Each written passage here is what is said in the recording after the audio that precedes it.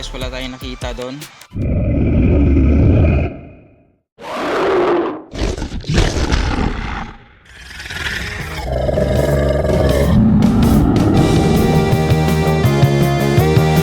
What's up guys? Isang magandang araw na naman sa inyong lahat. Dito sa amin ngayon ay napakagandang araw. It's gloomy and hindi mainit at hindi rin umuulan. So ngayon guys ay isang napakagandang opportunity para i-share ko sa inyo kung paano maghanap ng isopods. Kasi guys, doon sa mga nag-aalaga ng mga lizards or mga geckos, importante guys, kung gumagawa kayo ng terrarium as lagayan ng inyong mga geckos or lagayan ng inyong mga lizards, ay napaka-importante yung tinatawag nating cleaning custodian or cleaning crew sa ating terrarium. Kasi guys, pag wala tayong cleaning crew na maglilinis sa mga dumi ng ating mga alaga or sa mga decaying substrate ng ating terrarium, ay mapapagod tayo kakalinis guys. So ang advice ko sa inyo ay lagyan nyo ng isopods. So ito yung topic natin ngayon guys, yung isopods. So guys, ako sa aking enclosure ng aking leopard gecko ay nilagyan ko talaga sila ng isopods. At mula nung naglagay ako ng isopods sa kanilang enclosure ay hindi na talaga ako naglilinis. As in, hindi na talaga ako naglilinis. Yung ginagawa ko na lang sa aking enclosure ng aking leopard gecko ay minimest ko na lang siya ng tubig, kasi kailangan talaga yung kanilang substrate ay dapat moist, dapat merong humidity yung kanilang enclosure para hindi sila mahihirapan. Saka isa din guys yung humidity din guys, at saka yung dapat ay basa yung kanilang substrate ay isa rin yun sa requirements ng ating mga isopods para sila ay mabuhay. So guys, sa video natin ngayon ay ituturo ko sa inyo kung paano ba mang-hunt ng isopods. Actually guys, dito sa Pilipinas ay napakaraming mga isopods. Kahit saan sa mundo ay nakikita yung isopods. Merong mga enthusiast or mga keeper ng mga isopods, mayroong mga nag-aalaga ng mga isopods. Yung iba binibili na lang yung kanilang mga isopods, kasi guys, ang isopods para sa inyong kaalaman ay napakarami pong klase ng isopods. Merong isopods na mumurahin lang, meron namang isopods na sobrang mahal. So merong mga keeper na talagang seryoso na nag-aalaga ng isopods guys. So dito guys, ituturo ko sa inyo kung paano ba mang-hunt ng isopods na hindi mo na kailangan bumili. Kasi sa bakuran lang natin guys ay makikita na natin yung mga isopods na kailangan natin sa ating mga terrarium. So guys, bago pala ang lahat ay, kung bago lang kayo sa channel ko, please subscribe, like, and click the bell button para lagi kayong updated sa ating bagong video. So guys, bago tayo mag-hunt ng isopods sa ating pakuran guys, ay pag-usapan muna natin guys kung ano ba yung isopods. Ang isopods na nakikita natin dito sa Pilipinas mostly, kung hindi ako nagkakamali guys, ay yun yung tinatawag nila na Cubaris morina. Kung hindi ako nagkakamali, yun yung isopods na madalas nakikita natin dito sa Pilipinas sa ating mga bakuran. So, ano bang kahalagahan ng isopods guys? Yung isopods ay siya yung responsible sa pag-decompose ng mga bagay na namamatay na, gaya ng mga hayop or mga halaman. So, importante siya sa kalikasan guys, at yun din yung role niya sa ating mga terrarium. Kaya kung ayaw mo na palagi kang naglilinis sa iyong terrarium, ay dapat mag-alaga ka rin ng isopods sa loob ng iyong terrarium para meron kang tagalinis ng inyong mga dumi ng iyong mga alaga. So guys, yung isopods, tinatawag siya na valuable terrarium cleaning custodian. Kasi siya talaga yung responsible sa paglilinis ng inyong terrarium. Tapos sila ay active na cleaner at hindi ka rin mababahala na kung about sa pagdami nila kasi active din sila na breeder guys. Kaya pag ilalagay natin sa ating terrarium ng mga 10 piraso or mga 15 pieces ay napakabilis nilang dumami kasi napaka-active nila sa breeding nila. At madalas silang nagbe-breed guys, according sa aking research ay madalas silang nagbe-breed pag warm yung temperature ng ating terrarium. So maganda rin sila alagaan guys dahil ang mga isopods ay adaptable at beginner friendly sila guys. So ibig sabihin niyan ay hindi ka mahihirapang mag-alaga ng isopods kasi madali lang silang alagaan. At dahil beginner friendly sila ay hindi sila kailangan ng special treatment sa kanilang pag-aalaga. So lalagay mo lang sa yung terrarium at dapat ang importante lang ay basa yung substrate at importante meron silang nakakain. At kung meron kang inaalagang lizards, gecko sa yung terrarium ay yung dumi ng yung lizards ay yun yung isa sa kinakain ng inyong mga isopods. At kung meron din kayong ilalagay na mga mas maganda rin guys, maglagay din kayo ng yung mga slice na mga yung mga tinatapon nyo na mga binabalatan yung mga vegetables ay mas maganda maglagay din kayo pa konti sa inyong terrarium. Konti lang guys kasi kung maraming isopods ang nasa loob ng inyong terrarium, yung dumi ng inyong alaga, kung isa lang yung alaga na sa loob ng terrarium nyo ay napakabilis lang nilang kainin yun, mabilis lang mawala yun.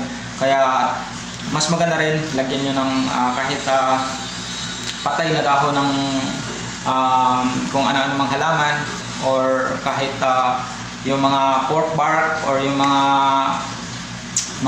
patay na sanga ng kahoy, yun mga kinakain din nila yun guys. At madali lang din yung handleability nila guys kasi hindi naman sila nangangagat. Pag kinukuha nyo yan sila ay naghuhugis bola yan sila. Yun yung parang defense mechanisms nila kasi hindi naman sila nakakatakbo ng mabilis. Kaya naghuhugis bola sila para mapagkamalan ng bato. So pag ano rin guys, yung isopods pala ay voracious yung appetite nila. So ibig sabihin malakas silang kumain talaga. Kaya kung merong sanga ng tuyong kahoy or mga dahon ng halaman or mga gulay na ilalagay mo sa iyong terrarium ay napakabilis lang nilang kainin, lalo kung marami na sila kasi mabilis talaga silang gumamit. Yung sa atin dito guys na tinatawag na Cubaris morina ay napakagandang isopods, isa sa napakagandang isopods. Marami to dito sa atin sa Pilipinas kaya parang underrated siya sa hobby ng mga isopods keeper. Pero isa sa napakagandang isopods yung Cubaris morina dahil yung kulay niya ay parang metallic blue na napakaganda guys. Tapos pag-usapan natin yung kanyang substrate. Yun nga, ang ginagamit ko na substrate guys ay coco peat. So pwede kayong gumamit ng coco coir, pwede kayong gumamit ng yung tinatawag na sphagnum moss. Yun. Kasi yung mga yun, pag binabasa mo ng tubig ay nag-i-stack yung tubig sa kanila kasi magaling mag-absorb ng tubig yung mga coco peat or mga sphagnum moss. Dahil yung mga isopods guys ay ayaw nila yung dry na environment. Ayaw nila yun. Gusto nila yung mamasa-masang environment. Pag naghahan tayo, dapat puntahan natin yung mga lugar na medyo mamasa-masa dahil madalas nandun sila nakasiksik sa mga mamasa-masang lugar dahil nandun yung maraming mga pagkain nila, yung mga decaying materials, mga patay na dahon, mga patay na halaman. So guys, tara, samahan niyo ako guys, maghahan tayo ng isopods. So ito, meron akong dalang ganito, tong, kasi mahirap sila hawakan sa kamay guys kasi napakaliit lang nila. Ang Cubaris morina pala guys ay maximum of half inch lang yung haba nila, kaya napakaliit lang. Saka bihira lang yung umabot ng half inch. Maliliit lang talaga sila guys. Kaya mas maganda kung meron kayong tong na ganito. Mas madali nyo silang makuha. At meron din tayong lagayan guys. Ito para ipaglalagyan natin sa kanila pag makakuha na tayo ng isopods dun sa ating bakuran. So tara guys, samahan nyo ako guys. Maghahunt tayo ngayon ng isopods. So tara.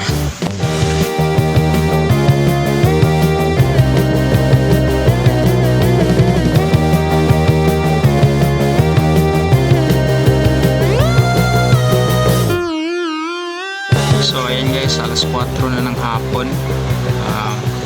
Medyo madilim na ng konti, kaya bilisan natin paghahanap guys para meron pa tayong makita. So kadalasan guys, nakikita nyo yan sila dito. Pag may nakikita nyong mga namamatay na mga dahon, ay madalas nandyan yan sila guys. At minsan din nasa ilalim sila ng mga bato. At yung mga ganito guys, tingnan nyo yung mga ganito kasi minsan makakita rin kayo ng mga isopods sa mga ganito. So wala tayong nakita, so hanap pa tayo sa iba. Tara.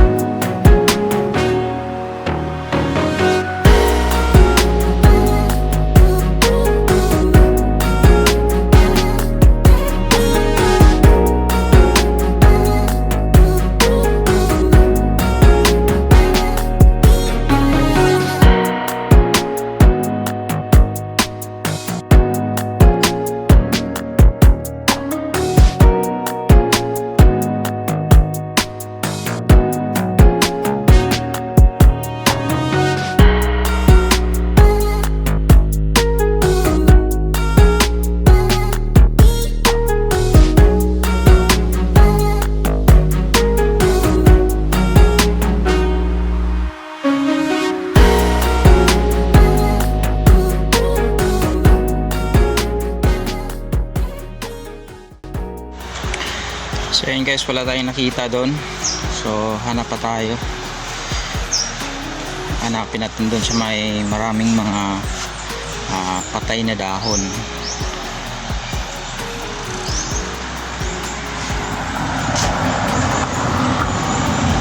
So guys, dito tingnan natin.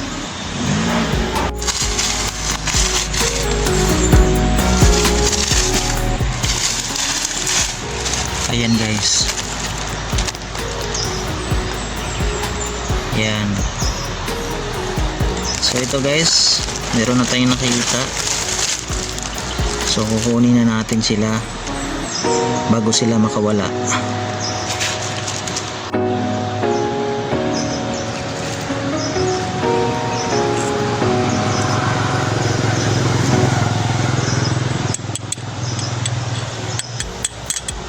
Yan. Isa.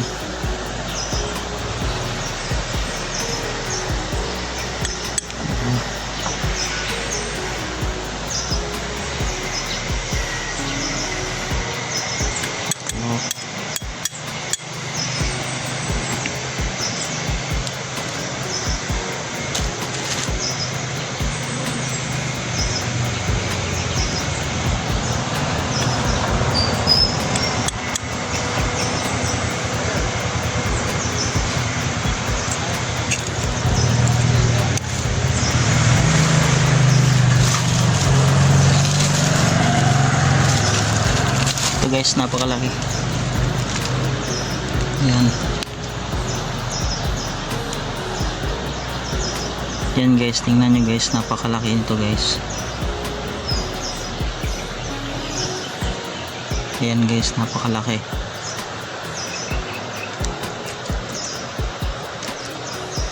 Yan. Kunin natin baka bago makawala.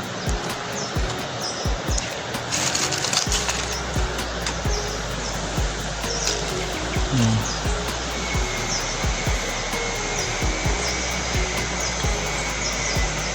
So meron na tayong 2, 4, 6. Ito, meron pa 6 at ito pa. Wala na.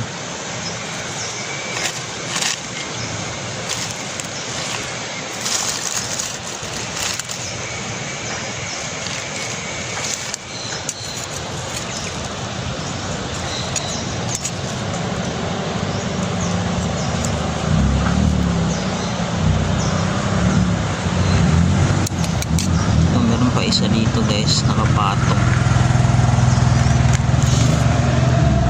Ayan, yan yung sinasabi ko guys, na magfo-form sila ng bilog. Ayan, para hindi mo sila makita, akalain mo para silang bato. Ayan. Ayan. So yan yung parang disguise nila. So nakakuha tayo ng 2, 4, 6, 8. So hanap pa tayo sa iba guys, tara.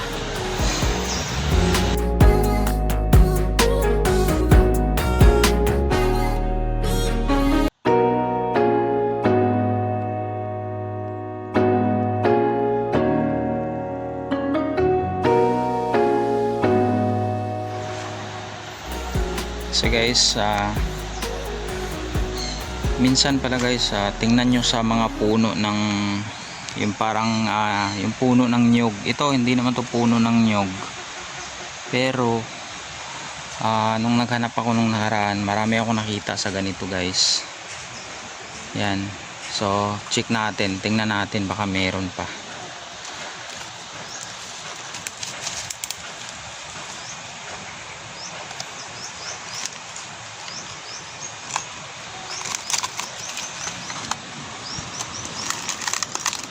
Ayan guys, meron. Ayan.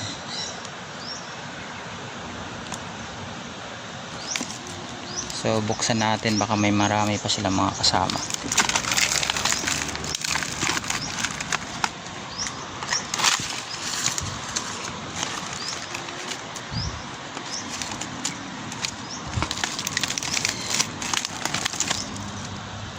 Ayan guys.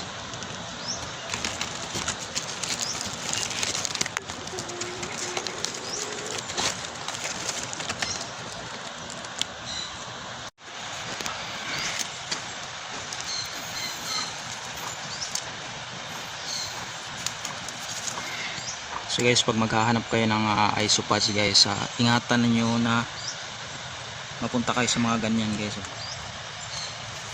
Napakasakit mga gat niyan guys. Yan. Napakasakit mga gat niyan. Kaya iwasan niyo yan. So ito, tingnan natin, baka meron.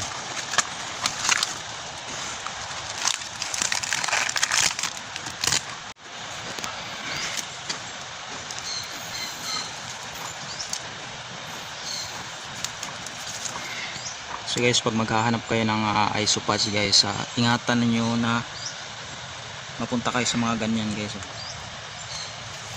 Napakasakit mga gat niyan guys. Yan. Napakasakit mga gat niyan. Kaya iwasan niyo yan. So ito, tingnan natin, baka meron.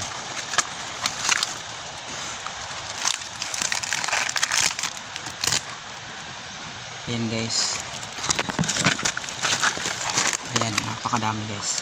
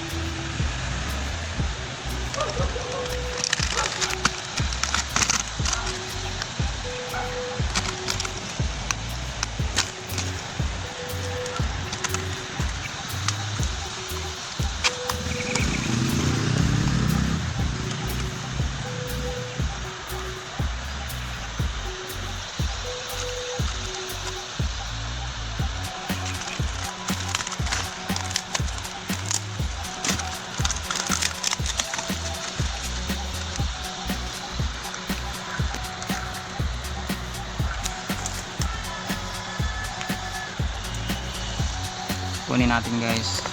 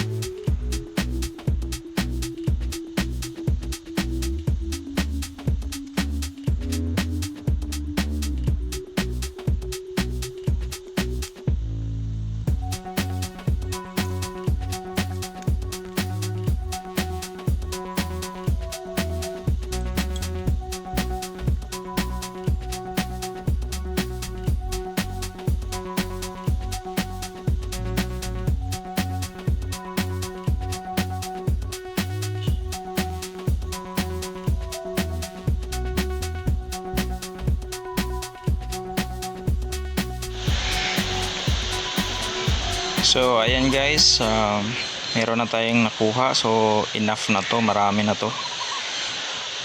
So nagsimula tayo maghanap kanina 4:20. So time check ngayon is 5:23. 4:53. So umabot tayo ng 20 minutes mahigit sa paghahanap. So nakakuha tayo ng 2, 4, 6, 8, 10, 12, 14, 16, 18, 19 pieces guys. So nakakuha tayo ng 19 pieces na isopods. So pinipili lang natin yung mga malalaki, yung mga maliliit ay iniwan natin doon sa pinagkuhanan natin. So guys, merong isa dyan guys na medyo na naipit sa tong na ginamit natin sa pagkuha sa kanya. So parang ewan ko lang kung mabubuhay ba yan, pero isama pa rin natin yan dun sa paglagay natin dun sa lagayan ni Spartacus. So ayan guys, nakakuha tayo ng 19 pieces na isopods in 20 minutes. So madali lang maghanap ng isopods guys sa ating bakuran. Napakadami nila at madali lang silang hanapin. Alright, so lagay na natin to sa lagayan ni sa terrarium ni Spartacus guys. So tara.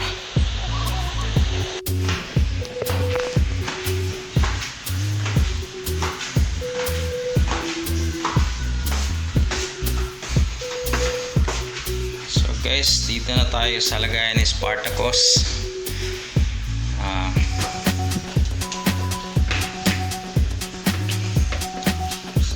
Puno natin yung ilaw.